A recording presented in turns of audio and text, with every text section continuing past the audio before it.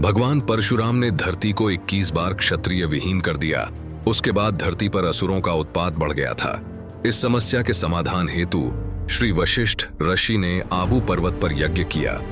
यज्ञ में से हाथ जोड़कर पहला पुरुष उत्पन्न हुआ, जो बहुत तेजस्वी था, इसीलिए वह सोलंकी क्षत्रिय कहलाए।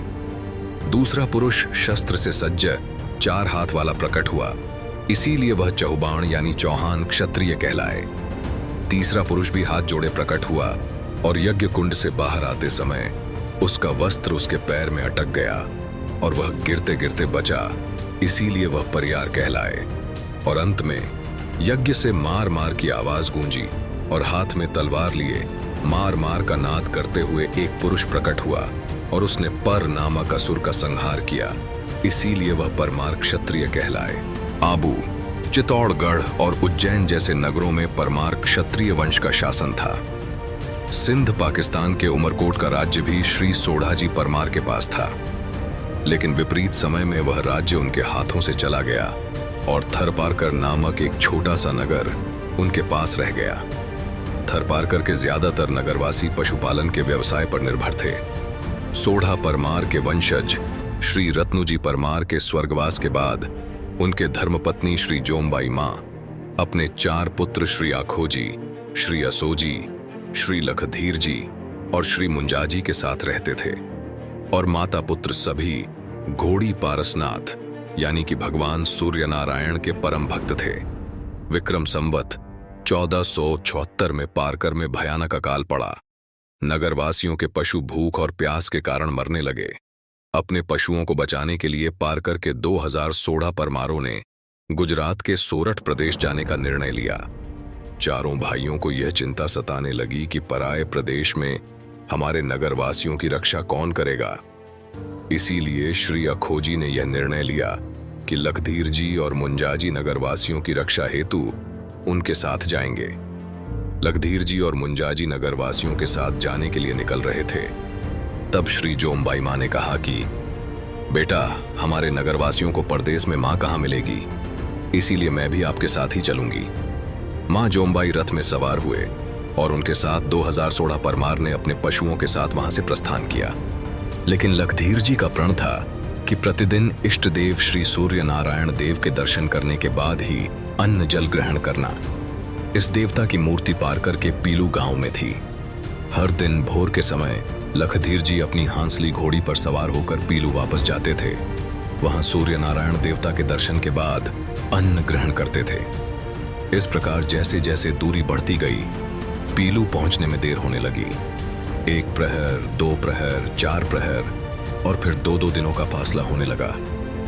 तब एक रात इष्ट देव श्री सूर्य नारायण लखधीर जी के स्वप्न में आए और बोले, पुत्र, सूर्य के पहले किरण उगते ही तुम्हें गाय का एक झुंड मिलेगा, जिसमें एक कुंवारी काली गाय झुंड का नेतृत्व कर रही होगी। वह गाय अपना अगला पैर उठाकर आपकी ओर देखेगी और जमीन खोदेगी। उसी जगह खुदाई करने पर एक मूर्ति मिलेगी। प्रतिदिन उस प्रतिमा के दर्शन करके आप अन्न ग्रहण करना और उस प्रतिमा को रथ में अपने साथ ले जाना, और वह रथ जहां भी थम जाए उसी स्थान को आपको आपका ठिकाना बना लेना। तुम्हारी विजय होगी। अगली सुबह स्वप्न की बात सच हो गई।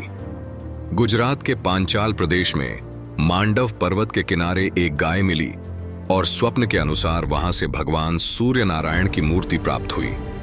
माता जोमबाई मांडवराज की मूर्ति को गोद में लेकर रथ में सवार हुए और अग्निपुत्र परमार स्वर्ण थाली समान पांचाल भूमि में आगे बढ़े। चलते चलते एक दिन एक पांचाल प्रदेश के एक सुंदर क्षेत्र में पहुंच गए। एक छोटी सी नदी के ठीक बीच में रथ रुक गया। बहुत से बैल के साथ रथ को खींचने का प्रयास किया, परंतु रथ के पहिए आगे नहीं बढ़ रहे थे। रस्सियां बांधकर रथ खींचा गया, लेकिन रस्सियां टूट गईं। लखधीर जी ने अपनी मूर्ति के सामने हाथ जोड़े और कहा, हे प्रभु, मुझे याद है आपने उस दिन सपने में मुझसे कहा था कि जहां रथ के पहिए थम जाए वहां मुझे गांव बसाना है। लेकिन इस नदी के बीच में कैसे कोई गांव बस सकता है? इसीलिए मैं आपसे विनती करता हूँ कि नदी सामने वाले तट पर पहुंचाइए तो मैं आपको वहां स्थापित कर सकूं।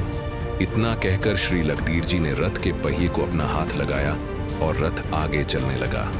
नदी के तट पर जाकर छोटी छोटी झोपड़ियां खड़ी कर दी और चोपस के निर्जन देश में परमाणु की सिंधी गायें, भैंस, बकरियां, भेड़ और ऊंट सभी आनंद से चरने लगे। और वहां एक मूली नाम की महिला ने सबको पानी पिलाया था, जिसके कारण श्री लखधीर जी ने उन्हें अपनी धर्म की बहन माना और उस प्रदेश को मूली नाम दिया। श्री लखधीर जी भगवान सूर्यनारायण के अनन्य भक्त होने के साथ साथ एक अनुशासित और प्रामाणिक व्यक्ति थे। किसी पराये प्रदेश में गांव बसाने से पहले उन्होंने उस प्रदेश के राजा से अनुमति लेना उचित समझा और जांच करने पर उन्हें पता चला कि यह जमीन वड़वाण के राजा श्री विसलदेव वाघेला की है। अपने भाई को इस बात की सूचना देकर उन्होंने वड़वाण जाने के लिए प्रस्थान किया। श्री विसलदेव जी दरबारगढ़ की डेली में बैठे चौपाट खेल रहे थे। श्री लखधीर जी ने उन्हें राम राम कहा। श्री लखधीर जी का व्यक्तित्व देखते ही विसलदेव जी उनसे बहुत प्रभावित हुए। उन्हें देखते ही विसलदेव जी को ऐसा प्रतीत हुआ मानो वह उन्हें जन्मों जन्म से परिचित है। तेजस्वी परमार पुत्र मानो एक भाई की तरह विसलदेव जी के हृदय में बस गए। बिना यह पूछे कि अतिथि कहाँ रहते हो, यहाँ आने का तात्पर्य क्या है, नाम क्या है, राजा ने सीधा पूछा। चौपाट खेलेंगे? श्री लखधीर जी ने राजा के प्रस्ताव का सहर्ष स्वीकार किया और उनके साथ चौपाट खेलने के लिए बैठ गए। उनकी खेलने की कला से राजा बहुत प्रभावित हुए। खेलते खेलते शाम हो गई। श्री विसलदेव जी ने श्री लखधीर जी से उनका परिचय पूछा। लखधीर जी ने उन्हें पूरी बात बताई और कहा कि अकाल काटने के लिए अपने नगरवासियों के साथ इस प्रदेश में आए हैं और यदि आप अनुमति दें तो हम अपने पशुओं को इस प्रदेश में चराए। श्री विसलदेव जी ने कहा कि वह जमीन पहले से वीरान और उजड़ पड़ी है। अगर आप चाहते तो बिना बताए उस पर कब्जा कर सकते थे, लेकिन आप अपनी नीति नहीं चुके, इसीलिए वह पूरा प्रदेश मैं आपको समर्पित करता हूं। आप निश्चित होकर वहां अपना गांव बसाइए, किंतु एक शर्त है, आपको हर रोज यहां मेरे साथ चौपाट खेलने के लिए आना होगा। श्री लखधीर जी ने सहर्ष उनकी शर्त का स्वीकार किया और अपनी हांसली घोड़ी को लेकर वहां से निकल गए। श्री लखधीर जी हर रोज राजा के साथ चौपाट खेलने के लिए वड़वाण आने जाने लगे। एक दिन मुंजाजी ने लखधीर जी से कहा कि भाई, आज सुबह जब मैं श्री मांडवराय जी की पूजा कर रहा था तब दादा की प्रतिमा मुझे देखकर 2 बार मुस्कुराई। लखधीर जी ने इस बात को जैसे तैसे टाल दिया, लेकिन उनके मन में एक चिंता बैठ गई कि मुंजाजी के ऊपर अवश्य कोई संकट आने वाला है। इसके अलावा मूर्ति कभी नहीं मुस्कुराती। श्री विसलदेव जी और श्री लखधीर जी की मित्रता दिन ब दिन भाइयों की तरह गहरी होती गई। राजमहल के कुछ सभ्यों को यह बात खटकने लगी और इस वजह से दोनों की मित्रता तोड़ने के लिए षड्यंत्र रचा। एक दिन वड़वाण रानीवास में एक दासी ने रानी से कहा कि रानी माँ, एक राजपूत रोज बापू के साथ चौपाट खेलने आता है, इस बात से आप अवगत हैं क्या? रानी ने कहा, हाँ, जब से उसके कदम महल में पड़े हैं तब से दरबार ने हमसे भेंट करना भी कम कर दिया है। पता नहीं क्या जादू किया है उस विदेशी परमार ने। दासी ने कहा, आप बहुत भोली हैं रानी माँ। सच बात बताऊं तो वह परमार आया है सिंध से और उसकी एक बहन है जो दिखने में अत्यंत ही सुंदर है। बापू को उसके साथ विवाह करना है, इसीलिए तो उस परमार को रहने के लिए यहाँ जमीन दी है और रोज उसे यहाँ बुलाते हैं और बापू भी उसके वहां आते जाते रहते हैं। इस बात को सुनकर रानी का गुस्सा और चिंता दोनों बढ़ गई। रानी का मायका सायला में था। उन्होंने तुरंत ही खबर भिजवाकर अपने मायके से अपने भाई भतीजे को वड़वाण बुलाया। वह छबाड़ राजपूत थे। उनसे रानी ने कहा कि मैं यहाँ हूँ, इसलिए आप सब यहाँ पूरी स्वतंत्रता के साथ आ जा सकते हो और ठाठ से जी रहे हो। जिस दिन राजा नई रानी को ब्याह के ले आए, उस दिन से नई रानी आपका पैर भी यहाँ नहीं टिकने देगी। अगर अपना भला चाहते हो तो जाओ, उन परमारों के ठिकाने को ध्वस्त कर दो और उन्हें यहाँ से भगाकर वापस थरपार कर भेज दो। इसके बाद छबाड़ों ने तीरंदाजों की मदद से एक तीतर नामक पक्षी को घायल किया और उस पक्षी को परमार जहां ठहरे थे वहां छोड़ा। घायल तीतर अपनी जान बचाने के लिए भागा और दौड़ते दौड़ते परमारों के इलाके में आ गया। श्री जोमबाई माँ उस समय दादा मांडवराय जी की पूजा कर रहे थे। उसी समय घायल तीतर उनके बाजोट के नीचे आकर छुप गया। माता जोमबाई ने पूजा को छोड़कर घायल तीतर को अपनी गोद में लिया और उसके घाव को सहलाने लगे। एक मासूम बच्चे की तरह तीतर भी माता के हाथ में स्वयं को सुरक्षित महसूस करने लगा। माता ने भी तितर को सहलाते हुए कहा, डरो मत बच्चे, मेरे हृदय से लगने के बाद तुम्हें डरने की कोई आवश्यकता नहीं है।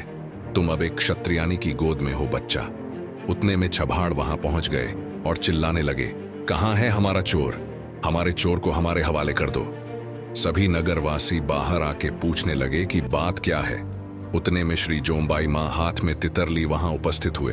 उन्हें देखकर छभाड़ बोले, हाँ वही है हमारा चोर, हमारा शिकार, घायल तितर, उसे हमें सौंप दो। माता ने उन्हें कहा, वह मेरी शरण में आया है और एक क्षत्रियानी होने के नाते उसकी रक्षा करना मेरा कर्तव्य है। शरणागत की रक्षा हमारा धर्म है। इसके बदले जो चाहो वह मैं तुम्हें देने के लिए तैयार हूं, लेकिन इस जीव को किसी भी कीमत पर तुम्हें नहीं सौंपूंगी। छभाड़ और ज्यादा गुस्साए और बोले, सीधे सीधे हमारा शिकार हमें सौंप दो, वरना तुम्हारे इस ठिकाने को हम तहस नहस कर देंगे। माता ने तितर को अपने हृदय से लगाया और कहा, अपने प्राणों की आहुति देनी पड़े तो उसे देकर भी इस तितर की रक्षा करेंगे। और श्री मुंजाजी को पुकारा और उन्हें कहा कि बेटा, आज इस शरणागत की रक्षा के लिए मरने या मारने के सिवा और कोई रास्ता नहीं है। इसीलिए हे पारकरा परमार, दिखा दो इन छभाड़ों को अपनी ताकत। विक्रम संवत 1474 फागुन माह की शुक्ल पक्ष की तीज के दिन सोढ़ाओं ने रण संग्राम खेला। छभाड़ और सोढ़ा के बीच घमासान युद्ध हुआ। तलवार, भाले, तीर बरसे। शाम होते होते 500 छभाड़ मारे गए और सोढ़ाओं की ओर से 140 वीरगति को प्राप्त हुए, जिसमें 40 परमार राजपूत, 22 रायका रबारी, 20 खेर मसानी राजपूत, 12 भट्टी राजपूत, राजकवि और उनके 2 पुत्र, 16 सिपाही, पटेल शाह के वणिक और उनके 4 पुत्र, 7 सुथार और 8 वजीर सिपाही थे। श्री मुंजाजी भी इस युद्ध में वीरगति को प्राप्त हुए। उस समय श्री लखधीर जी अपने मित्र विसलदेव जी के साथ चौपाट खेल रहे थे। वह इस बात से बिल्कुल अनजान थे और रानी ने उसी दिन लखधीर जी की हत्या की भी योजना बनाई थी। शाम होते ही रानी ने विसलदेव जी को अपने कक्ष में बुलाया और कहा कि आप यहां बैठिए। राजा ने कहा, लेकिन मेहमान अकेले बैठे हैं। रानी ने कहा, आप चिंता मत कीजिए, मैं मेहमान को अकेला नहीं रखूंगी। कुछ ही क्षण में उसे भी उसके भाई के साथ स्वर्गापुरी भेज दूंगी। राजा ने कहा, यह आप क्या कह रही है? रानी ने कहा, इसकी बहन के साथ आपको विवाह करना था ना? राजा ने कहा, जरूर आपको कोई भ्रम हुआ है, ऐसा कुछ भी नहीं है। मुझे सब पता है, किंतु आज तो मेरे भाइयों ने सबको यमपुरी भेज दिया होगा। विसलदेव जी सारा भेद समझ गए। वह दौड़ते गए और लखधीर जी को आगाह किया कि मित्र, आप जल्दी यहां से भाग जाओ, आपके ऊपर संकट है, जल्दी भागो। श्री लखधीर जी तुरंत ही हांसली घोड़ी पर सवार हो गए। वहां से निकलते वक्त रानी के सैनिक उनको रोकने के लिए सामने खड़े हुए और उनसे उनकी घोड़ी मांगी। लखधीर जी ने उनसे कहा कि मैं एक गिरफ्तार क्षत्रिय हूं, पैदल चलूंगा तो लोग मेरी हंसी उड़ाएंगे, इसीलिए महल के मुख्य द्वार तक मुझे घोड़ी के साथ जाने दे। मुख्य द्वार पर पहुंचने पर हांसली घोड़ी को जैसे पर लगे हों वैसे दौड़ने लगी और लखधीर जी महल से निकल गए। आगे चलकर एक बड़ी पानी की नहर आई, लेकिन हांसली ने अपना पूरा दम लगाया और एक ही छलांग में नहर को पार किया। मूली पहुंचते ही सामने का दृश्य देखकर लखधीर जी स्तब्ध हो गए। उनके भाई मुंजाजी के सिर को अपनी गोद में लिए माता जोमबाई बैठे हैं। जब लखधीर जी को यह पता चला कि एक तीतर की रक्षा के कारण मुंजाजी वीरगति को प्राप्त हुए हैं, तब उनका सीना गर्व से फूलने लगा। उन्होंने माता से कहा, माँ, यह अवसर शोक मनाने का नहीं है, आज तो शौर्य गीत गाने का अवसर है। भाई मुंजा के मुख को तो देखिए माँ, मानो अभी स्वस्थ होकर आपसे कहेगा कि माँ, ऐसी मृत्यु अपने चारों पुत्रों के लिए मांगना। माता जोमबाई ने अपना मौन तोड़ते हुए कहा, बेटा लखधीर, तुम्हारे पिताश्री के स्वर्गवास के समय मुंजा मेरे पेट में था, इसीलिए मैं उनके साथ नहीं जा पाई। आज उनके और मेरे बीच में 20 सालों का अंतर हो गया है, इसीलिए आज सहर्ष अपने वीर पुत्र के साथ मुझे उनके पास जाने के लिए विदा करो। चिता तैयार की गई। माता जोमबाई अपने पुत्र का सिर अपनी गोद में लिए चिता पर सवार हुए और उनके दाहिने पैर के अंगूठे से अग्नि प्रकट हुई। और माता जोमबाई अपने पुत्र के साथ सती हुए। आज भी गुजरात के सुरेंद्रनगर जिले के मूली शहर में श्री मांडवराय जी यानी भगवान सूर्य नारायण का मंदिर है। मूली शहर की कुछ ही दूरी पर जहां एक तीतर की रक्षा के लिए रण संग्राम हुआ था, वहां माता जोमबाई का मंदिर स्थित है और साथ ही युद्ध में वीरगति को प्राप्त हुए वीरों के स्मारक वहां मौजूद है। कहा जाता है कि किसी भी स्त्री या पशु को प्रसूति के बाद स्तनपान संबंधित कोई समस्या हो तो माता जोमबाई के मंदिर की दूध की धार के साथ प्रदक्षिणा करने से और अपने वस्त्र से मंदिर का परिसर साफ करने की मन्नत मानने से वह समस्या दूर होती है। यह था गिरासदार क्षत्रिय परमार वंश के इतिहास का एक प्रसंग। अगर कोई त्रुटि रह गई हो तो हम आपके क्षमा प्रार्थी हैं। वीडियो को लाइक करके कमेंट में अपने विचार अवश्य बताएं और चैनल को सब्सक्राइब और शेयर अवश्य करें।